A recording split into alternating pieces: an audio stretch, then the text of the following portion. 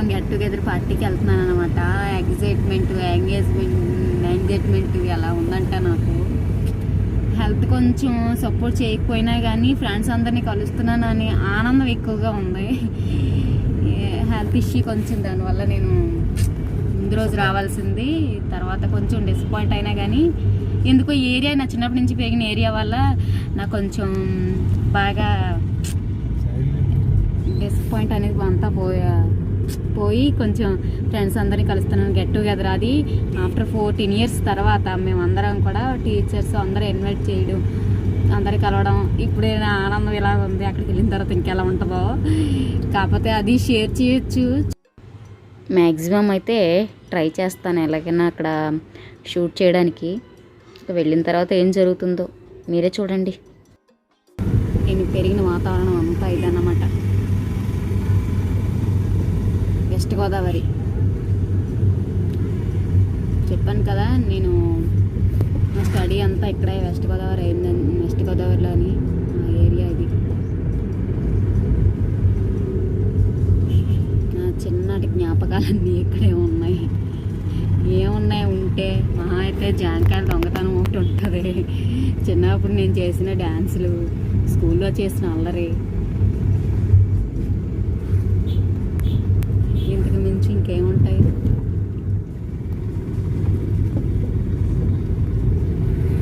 మా కాలేజ్కి ఇటు సైడ్ నుంచి ఆటో మీద వెళ్ళేవాళ్ళం అనమాట. ఇక్కడ ఇలా కొంచెం డౌను హైట్గా అలా ఉంటుంది కదా రోడ్డు. కొంచెం నాకు భయం అనిపించింది, కానీ బాగుంటుంది. పక్కనే చెరువు.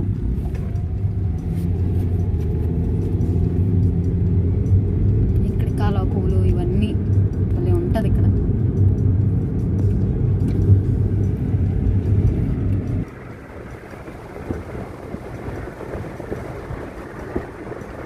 అప్పుడప్పుడు దిగే కాలువలు కూడా కోసేదాన్ని. సారీ. పంట పొలాలు కొన్ని కోతలు కూడా అయిపోయినాయి. పొలాలు మళ్ళీ ఉడిసినవి అనుకుంటా. ఇవి పొలాలు అవి.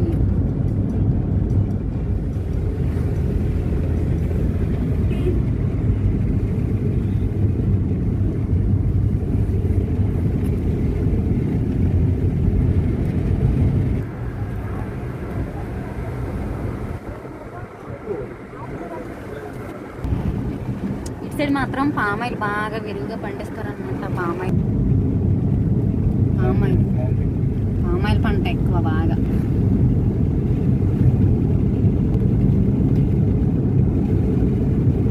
ఇక్కడ నన్ను ఎవరైనా గుర్తుపడతారో పట్టరో, చాలా మీకు వస్తున్నాను ఇక్కడికి నేను.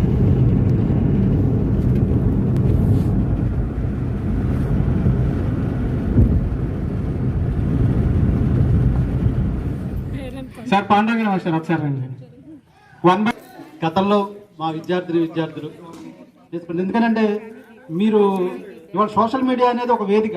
ఎందుకంటే మనం పర్సనల్గా ఒకళ్ళ అభిప్రాయాలు ఒకళ్ళు చెప్పుకోవటానికి, కాస్త మంచి చెడు డిస్కస్ చేసుకోవటానికి చాలా దగ్గర సంబంధం. అంటే ఒకరికి మనుషులు దూరంగా ఉన్నా కానీ మనం దగ్గర చేసేటువంటి వేదికగా ఇవాళ సోషల్ మీడియా ఉంది. వాట్సాప్ గ్రూపు, ఫేస్బుక్ వీటన్నిటిలో మనం ఏదైనా పరస్పరం ఏదైనా అవసరమైనప్పుడు చర్చించుకోవడానికి, మాట్లాడుకోవడానికి తప్పనిసరిగా అవకాశం ఉండేటువంటి వేదిక. దీని అందరూ ఉపయోగించుకుందాం. మీరందరూ కూడా భవిష్యత్తులో ఆ రకమైనటువంటి కాంటాక్ట్స్ మెయింటైన్ చేస్తారని చెప్పి కోరుకుంటూ, ఇక్కడ మాట్లాడాల్సినటువంటి వాళ్ళు చాలామంది ఉన్నారు. మీరు అందరి మాటలు వినాల్సినటువంటి అవసరం మాకు ఉంది. కాబట్టి నేను తక్కువ సమయం తీసుకుంటున్నాను. నాకు అవకాశం ఇచ్చినందుకు ధన్యవాదాలు. బాగా వృద్ధిలోకి రావాలరా, మంచి మంచి పోస్టులోకి రావాలరనే కోరేవాళ్ళం మేము. మీరు కూడా అయ్యా అది అవుతాం ఇది అవుతాం ఉన్నారు. మరి వాళ్ళు అన్న వాళ్ళు ఎంత మాట నిలబెట్టుకున్నారు నాకైతే ఐడియా లేదు. తర్వాత దట్టు ఇప్పుడు ఏమైందంటే మాకు 30 ఏళ్ళు దాటి కాడిచి మేము మారం. అప్పుడు అప్ టు డెత్ ఇట్లానే ఉంటాం. మీరేంటంటే చిన్నపిల్లలు కదా, చాలా మార్పులు వచ్చేసింది మీలో. ఆడపిల్లలు అసలు మరీ గుర్తుపట్టలేకపోతున్నాం. మగ పిల్లలు కూడా చాలా వరకు గుర్తు దొరకడం లేదు. ఏదో మీరు చెప్తే ఊహ అంటున్నాం కానీ బాగోదని యాక్చువల్ డిస్ప్లైట్ అదే. తర్వాత మేము మీకు ఎలా పాఠాలు చెప్పి వృద్ధులలో కావాలని కోరుకున్నాము. మీరు కూడా మీ పిల్లలకి మంచి భవిష్యత్తు ఇవ్వండి.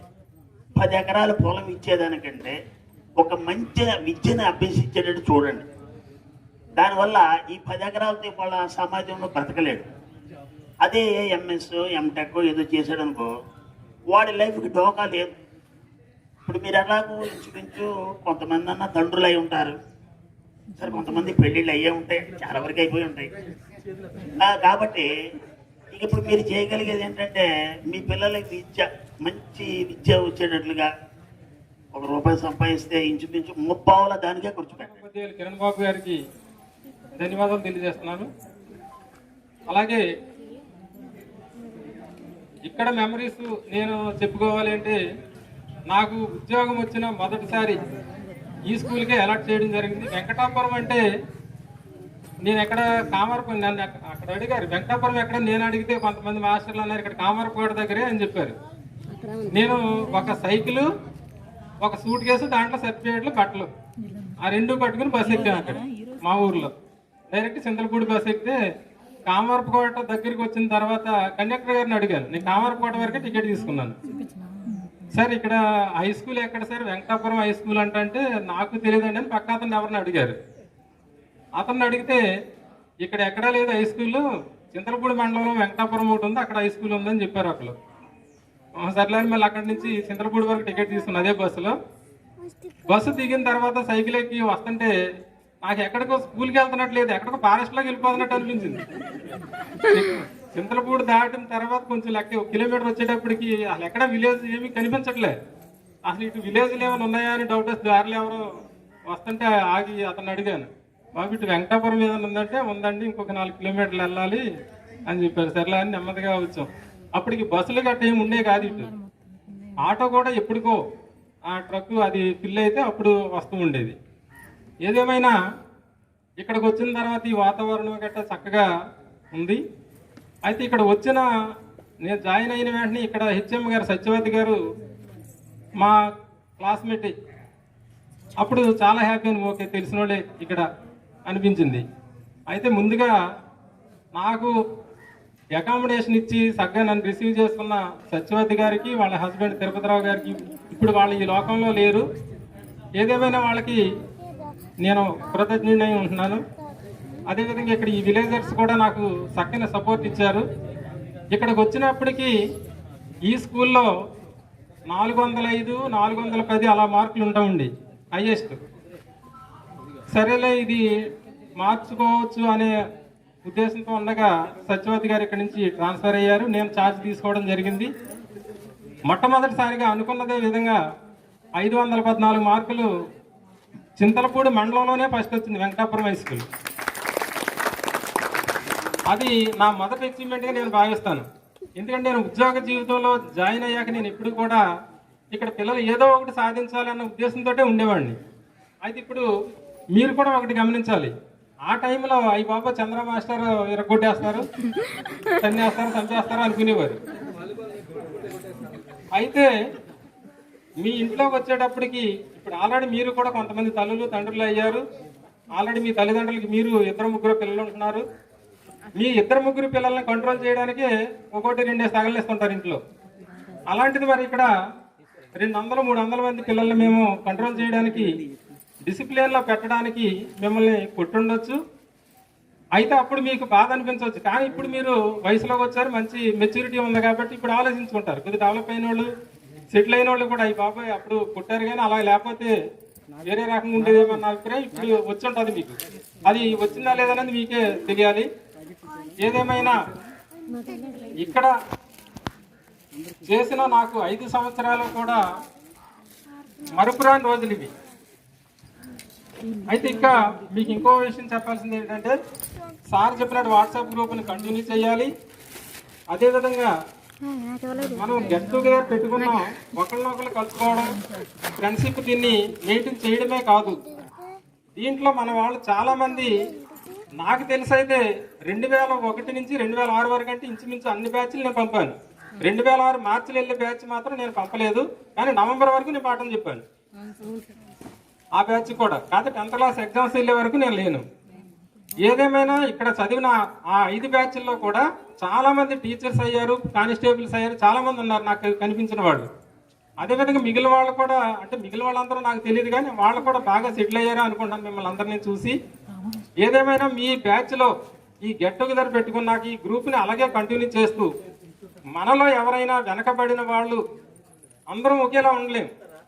అది ఏదైనా ఆర్థిక ఇబ్బందులతో ఇబ్బంది పడే వాళ్ళని లేదా అనారోగ్య సమస్యలతో ఇబ్బంది పడే ఇలాంటి వాళ్ళని ఆదుకోవడానికి ఈ గ్రూప్ ఎంతో కొంత ఉపయోగపడుతుందని నేను భావిస్తున్నాను.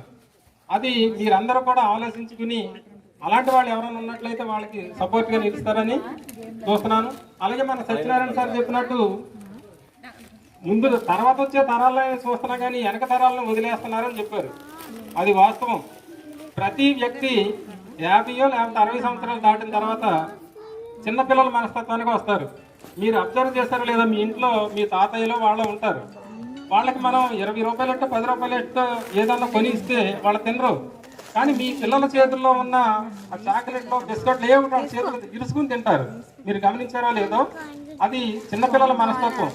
వాళ్ళని అర్థం చేసుకుని మన పిల్లల్ని ఎలాగైతే చూసుకోండి. ఆల్రెడీ మీరు చాలా మంది పిల్లలు ఉన్నారు.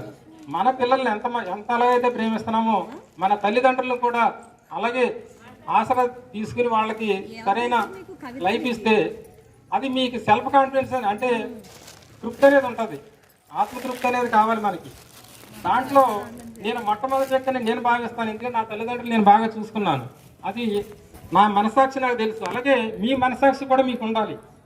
నా తల్లిదండ్రులు నేను బాగా చూసుకుంటున్నాను మనసాక్షితో మీరు బ్రతికితే అది మీ జీవితం ధన్యమైనట్టే.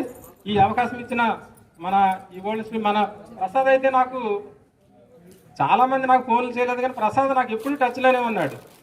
మొదటిసారి ఫోన్లో పరిచయం చేసుకుని అప్పటి నుంచి హ్యాపీ న్యూ ఇయర్ చెప్తాడు, పొంగల్ చెప్తాడు, అన్ని ఏటి చెట్టు ఎప్పుడు టచ్లోనే ఉన్నాడు. తర్వాత చక్రవర్తి ఎవరో ఒకరోడు, అతను అలాగే టచ్లో ఎల్ఐసి ఏదో చేస్తుంటాడు. అతను వీళ్ళందరూ కూడా టచ్లో ఉన్నారు. ఏదేమైనా అంటే అందరూ ఆ ఉత్సాహంలో ఉండరు. కాకపోతే ప్రసాద్ ఎప్పుడు టచ్లో ఉంటూ తప్పదు. అసలు ఎన్నిసార్లు ఫోన్ చేస్తాడు, ఇక అదే పని వాడికి, ఇంకా వేరే పని లేదు. నిజం చెప్తున్నాను సార్, అదే పని, వేరే పని లేదు. ఇంకా ఇదిగో నెల రోజుల నుంచి ఫాలో అప్ చేస్తున్నాడు. దానికి గొప్ప ఆలోచన. Educational song. విజ్ఞానంతోనే వికసించు జగత్తు, పసిపిల్లల చదువే దానికి విత్తు, పసిపిల్లల చదువే దానికి విత్తు.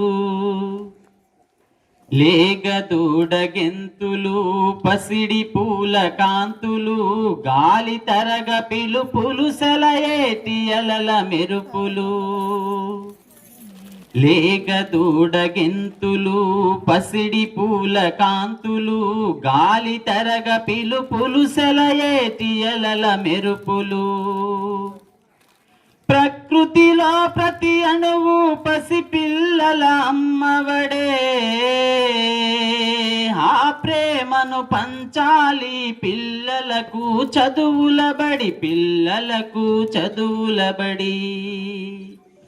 విజ్ఞానంతోనే వికసించు జగత్తు, పసిపిల్లల చదువే దానికి విత్తు, పసిపిల్లల చదువే దానికి విత్తు. చిన్ని చిన్ని చేతులతో మోయలేని బరువులతో పసిపిల్లల హృదయాల్లో గాయాలే రేపితే, చిన్ని చిన్ని చేతులతో మోయలేని బరువులతో పసిపిల్లల హృదయాల్లో గాయాలే రేపితే, పువ్వంటి పసి ప్రాణం వడివాడిపోకుండా కాపాడే బాధ్యత మన అందరిది, మన అందరిది. విజ్ఞానంతోనే వికసించు జగత్తు, పసిపిల్లల చదువే దానికి విత్తు, పసిపిల్లల చదువే దానికి విత్తు. దేశమేదైనా భాష ఏదైనా చెప్పే చదువు ఏదైనా బాల్యమొక్కటే. దేశమేదైనా భాష ఏదైనా చెప్పే చదువు ఏదైనా బాల్యమొక్కటే. ప్రమాదాల కోరల్లో బాల్యం బలి అయిపోతే,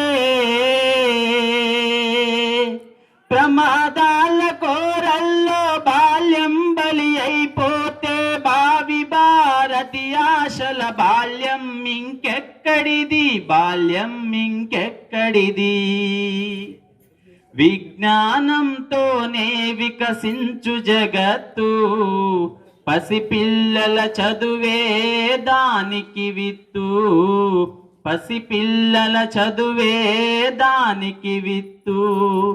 పాఠమే పాటగా చదువే ఒక ఆటగా, గురువే విద్యార్థికి చక్కని నేస్తంగా. పాఠమే పాటగా చదువే ఒక ఆటగా, గురువే విద్యార్థికి చక్కని నేస్తంగా. పువ్వులు మురిపిస్తే బాధలు మరిపిస్తే, తరగతి గదులే రేపటి తరగని నిధులు, తరగని నిధులు. విజ్ఞానంతోనే వికసించు జగత్తు, పసిపిల్లల చదువే దానికి విత్తు, పసిపిల్లల చదువే దానికి విత్తు. లభించింది నాకు ఇక్కడ. సొంత కూతురులాగే నన్ను ఇక్కడ పేరెంట్స్ అందరూ కూడా బాగా ట్రీట్ చేసేవాళ్ళు. సత్యవతి మేడం గారిని నేను జీవితంలో మర్చిపోలేను, కానీ వాళ్ళు లేనందుకు చాలా మిస్ అవుతున్నాం వాళ్ళని. మనం ప్రతి క్షణం ప్రతిరోజు వాళ్ళు తలుచుకుంటూనే ఉంటాం. ఎందుకంటే రాగానే ఆవిడ మీరు ఒక్కరే వచ్చారా ఏంటి ఎలా వచ్చారా అని వెంటనే ఆవిడ రూమ్ చూపించడం కానీ తీసుకెళ్ళడం కానీ అన్నీ పాప నా కోసం ఆవిడ ఆర్గనైజ్ చేశారు. ఆవిడ పక్కనే ఒక సిస్టర్ లాగా ఉండి ప్రతిరోజు కూడా పాప నా గురించి వచ్చి యోగక్షేమాలన్నీ కనుక్కునేవారు. సంవత్సరాలు ప్రతిరోజు ఏమీ తెలియదు. 2002 జాయిన్ అయినప్పుడు బ్యాగ్ వేసుకోనండి చింతలపూడిలో దిగాం. ఎటు రావాలో తెలియదు. ఆటో దగ్గరికి వచ్చి అడిగితే 20 మందినో 15 మందిని ఎక్కించారండి. నేను రానేది అప్పటికి డిగ్రీ ఫైనల్ చదువుతున్నా, నాకు ఉద్యోగం వద్దు నేను రాను అని ఏడుస్తుంటే నాన్నగారు దేవుడిచ్చిన గిఫ్ట్ అమ్మ నీకు ఇది, నువ్వు జాయిన్ అవ్వు, ఇంకా హైయర్ ఎడ్యుకేషన్ చేయాలంటే చెయ్యి నువ్వు. నాకేంటంటే ఎంఏ ఎకనామిక్స్ చేసి లెక్చరర్గా వెళ్ళాలండి. నేను వెళ్ళాలని ఏడుపు. బ్యాగ్ తీసుకున్నారు నాన్నగారు, ఒక దుప్పటి, నాకు డ్రెస్సులేనండి అప్పుడు వేసుకుంటున్నా. స్పోర్ట్స్ గర్ల్ కదా, అన్ని డ్రెస్సులే. శారీ ఏం కట్టుకోవాలి ఏం తెలియదు. దిగి వచ్చాం. వచ్చిన తర్వాత స్కూల్కి వచ్చాక చంద్రరావు మాస్టారు, సత్యవతి మేడం, తిరుపతిరావు మాస్టారు, వీళ్ళండి చంద్రరావు మాస్టర్ గారు కానీ తిరుపతిరావు గారు కానీ నాకు బ్రదర్లు సండాడు. నాకు ఏమీ తెలియదు అప్పుడు. అయితే వాలీబాల్ ఆడాలంటే వీళ్ళు నా పక్కన ఉండేవాళ్ళు. గేమ్స్ అయితే వచ్చు కానీ నేను ట్రైనింగ్ చేయకపోవడం వల్ల ఎలా డీల్ చేయాలి పిల్లలనేది తెలియదు. అడుగులు వేయించిన వాళ్ళు మా బ్రదర్స్ చంద్రరావు గారు, తిరుపతిరావు మాస్టారు. వాలీబాల్ ఆడేవాళ్ళు. ఆడటం అయితే వచ్చు కానీ పిల్లలకి ఎలా నేర్పించాలో తెలియదు. వాళ్ళు నేను ఒకవైపు పిల్లలు ఒకవైపు ఉంటే చంద్రరావు మాస్టారు, తిరుపతిరావు మాస్టారు ఉండేవాళ్ళు. అదేవిధంగా అండి సత్యవతి మేడం అక్కలాగా, సుధ కూడా నాకు సొంత ఫ్రెండ్ లాగా ఏడుస్తుండేదాన్ని నేను. ఇదేంటి నేను పెరిగిందంతా ఏలూరు, ఫ్రెండ్స్తో గేమ్స్కి వెళ్తే ఒక 10 మంది ఉండేవాళ్ళు, హాస్టల్లో ఉంటే ఇంకో 10 మంది ఉండేవాళ్ళు. ఒంటరిగా పెరిగింది లేదు, అన్నం వండుకోవటం రాదు, కూర వండుకోవటం రాదు. అది ఏం వండుకుంటున్నావు ఏం తింటున్నావు అని. చిరంజీవి అని ఒక స్టూడెంట్ ఉండేవాళ్ళు, వాళ్ళ ఇంట్లో రెంట్కి ఉండేదాన్ని. ఆంటీ గారు ఏదైనా వండితే నాకు పెట్టేవాళ్ళు. నేను ఏది వండుకున్నా మాడిపోయేది, ఏం చేసుకోవాలి రాదు. అయితే గమనించి ఆవిడ పాపం కూతురులాగా నన్ను ఆదరించేవాడు. సాయంకాలం అయ్యేటప్పటికి మన ప్రసాద్ సుధని నన్ను ఇద్దరిని అక్కడ వరకు తీసుకెళ్ళేవాడు, కొండ వరకు. పొద్దుటిపూట అయితే ఇక నామవరం బ్యాచ్ ఉన్నారు, సోనా, రాము, ఇంకా పేర్లు మర్చిపోయాను. వాళ్ళు అందరూ వచ్చేసేవాళ్ళు ఇక్కడికి గ్రౌండ్కి. వాళ్ళు నేను కలిసి నేను అక్కడి వరకు వెళ్ళేదాన్ని. ఎవరో ఒకళ్ళు పిల్లలు ఉండేవాళ్ళు, మన ఊరి పిల్లలు, వెంకటాపురం పిల్లలు జాబ్ చేసుకుంటూ. నేను అక్కడికి వెళ్తే పిల్లలందరూ వచ్చేవాళ్ళు, అబ్జర్వ్ చేస్తూ ఉండేవాళ్ళు. మాకు రక్షణ అనమాట. చాలా బాగా హెల్ప్ చేసేవాళ్ళు సార్. వెళ్ళి ఇంకా జాగింగ్ చేసుకుంటూ వెళ్ళి మళ్ళీ వాళ్ళు నాతో వచ్చి గేమ్స్ ఆడుకొని, అసలు మా అమ్మ మా నాన్న లేరు, నాకు ఆడబుట్టిన వాళ్ళు లేరు అనే దిగులు లేకుండా చేసేవాళ్ళు. సాయంకాలం ప్రసాద్ సుధని నన్ను అక్కడి వరకు తీసుకెళ్ళి ఏయో మాటలు చెప్పేవాడు మరిపించడానికి మమ్మల్ని. లేదంటే ఏడిపోయి ఇంటికి వచ్చి రూమ్కి వచ్చి పోరమని ఏడ్చేవాళ్ళం. ఏంటి నేను ఇక్కడ వాలంటీర్గా జాయిన్ అయినప్పుడు మా లాయర్ గారు, అప్పుడు లాయర్ గారు కూడా చేసేవారు కాదు, ఫేస్ చేసాము, ఉండలేకపోయేవాళ్ళం, కొంచెం ఇబ్బంది పడేవాళ్ళం. కానీ చాలా స్నేహంగా ఉండేవాళ్ళం. ఎక్కువ శాతం ప్రసాద్ మాకు చాలా తోడుగా ఉండేవాడు. తర్వాత మా స్టూడెంట్స్ ఆడపిల్లలను చూసుకున్నట్టయితే సోనా వీళ్ళందరూ కూడా బాగా గుర్తు. ఇంకా ఉన్నారు బల చుట్టూ ఊగేవారు.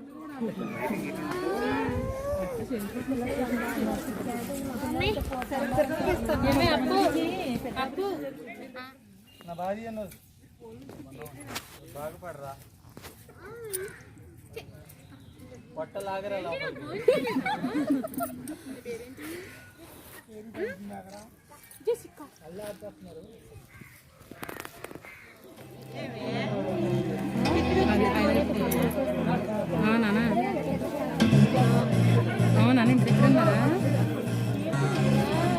అవునా మరి దుర్గా ఉంది కదా మా ఫ్రెండ్ వాళ్ళు రాజమండ్రి.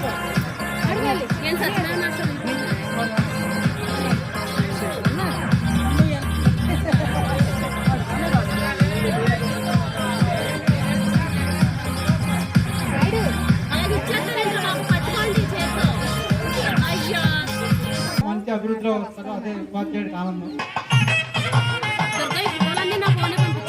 నేను వీడియో తీసుకుంటున్నాను, ఫోటోలు ఇంకా తీరా క్యాన్సర్ తీయాలి.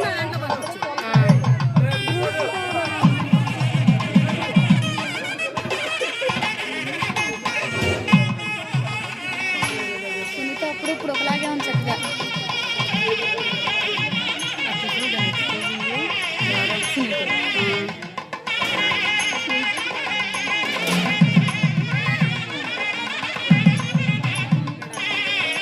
కవర్ చేస్తే బాగుంది.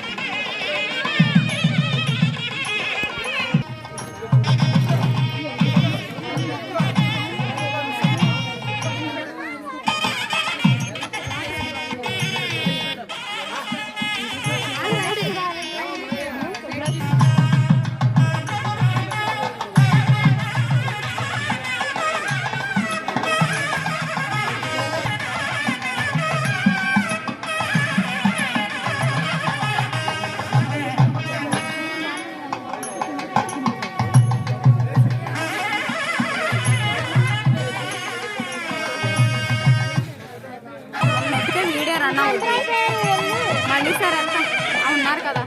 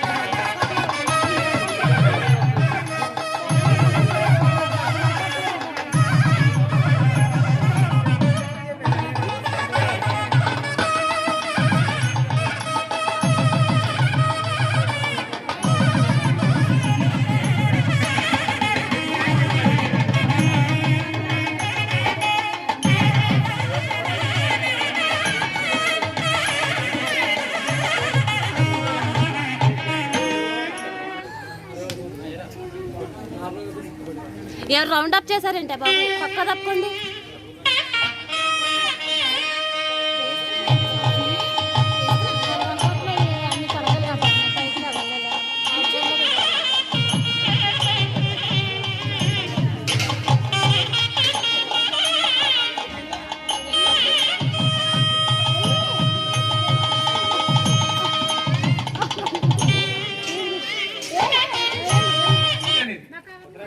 అది హౌసీ ఇంకో కాయిన్ తీస్తా. 68 ఇది రాంగ్, పక్కెళ్ళిపోయి 68 రావాలిగా. చేస్తున్నా ఇంకో కాయిన్, ఇది రాంగ్. ఏమేం చేయండి ఇందులో వస్తుంటే ఇంటికెళ్ళి ఏం చేయాలండి.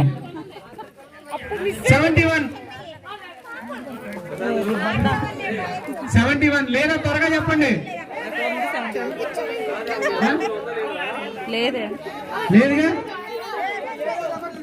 71 51 56 57 ఏంటో ఎన్ని 22 ఓపెన్ చేసి చూపించండి. ప్రసాద్ గారు ఏదో ఇచ్చాడు అనుకోవద్దు, ఓపెన్ చేసి చూపించండి. ఫస్ట్ ఫోటో తీసిన తర్వాత ఓపెన్ చేయండి. గిఫ్ట్ తీసుకో.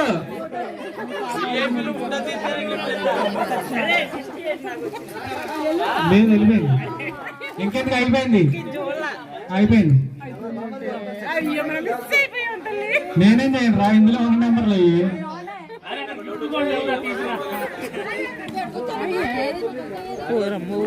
ఓకేనా? చూశారు కదా మా get together party. After 14 years తర్వాత ఫ్రెండ్స్ అందరినీ కలవడం అది చాలా ఇదన్నమాట. అది చాలామంది మారిపోయారు కూడా, అసలు చాలామందిని గుర్తుపట్టలేకపోయాం. మ్యాక్సిమం నేను షూట్ చేశాను, కాకపోతే మరీ ఎక్కువ కాదు. ఇంకా ఇలా నేను ఫోన్ పట్టుకొని షూట్ చేస్తూ ఉంటే నా ఎంజాయ్మెంట్ నేను మిస్ అయిపోతాను కదా, అందుకని చెప్పి నేనైతే ఎక్కువగా షూట్ చేయలేదు. ఇది మాత్రం చేశాను. మాకైతే ఇంకా ఫ్రెండ్స్ అందరినీ కలిసి ఇంకా వాళ్ళతో ముచ్చట్లు, ఇంకా మాకైతే టైం అసలు చాలా సరిపోలేదు. కానీ ఏం చేస్తాం, ఎవరింటికి వాళ్ళు వెళ్ళిపోవాలి కదా. ఈవినింగ్ 5కి అయితే స్టార్ట్ అయ్యి మళ్ళీ రిటర్న్ వెళ్ళిపోతున్నాము. నేనైతే 4 days అలాగా ఉందాం అనుకున్నాను. మా మేనత్ దగ్గర పెరిగానని చెప్పాను కదా, ఆవిడ దగ్గర ఉందాము అనుకున్నాను. బట్ కుదరలేదు, మళ్ళీ వెళ్ళిపోవాలన్నారు. ఇంకా తిరిగి రిటర్న్ ఇంటికైతే వెళ్ళిపోతున్నాము. కానీ మెమరీ ఈ గెట్ టుగెదర్ కోసం మేము ఒక 2 నెలల నుంచి మాకు నిద్ర కూడా లేకుండా అలాగే అందరికీ తప్పకుండా రావాలి, ప్రతి ఒక్కరికి ఫోన్ చేసి అందరూ మాట్లాడుకోవడం, అస్సలు చాలా చాలా ఇదిగా ఉన్నాము. ఫ్రెండ్స్, ఈ వీడియో మీకు ఎలా అనిపించింది? నచ్చిందా? నచ్చితే నా వీడియోని తప్పకుండా లైక్ చేయండి, షేర్ చేయండి. మీకు ఎలా అనిపించిందో నాకు కమెంట్ సెక్షన్లో షేర్ చేసేసుకోండి. అలాగే తప్పకుండా మర్చిపోకుండా నా ఛానల్ని అయితే సబ్స్క్రైబ్ చేయండి. పక్కనే ఉన్న బెల్ని క్లిక్ చేసినట్లయితే నేను ఫర్దర్గా చేసే వీడియోస్ అన్నీ కూడా మీకు నోటిఫికేషన్స్ వస్తుందన్నమాట. ఓకేనా? ఇంతవరకు ఈ వీడియోని చూసినందుకు థ్యాంక్స్ ఫర్ వాచింగ్. బాయ్.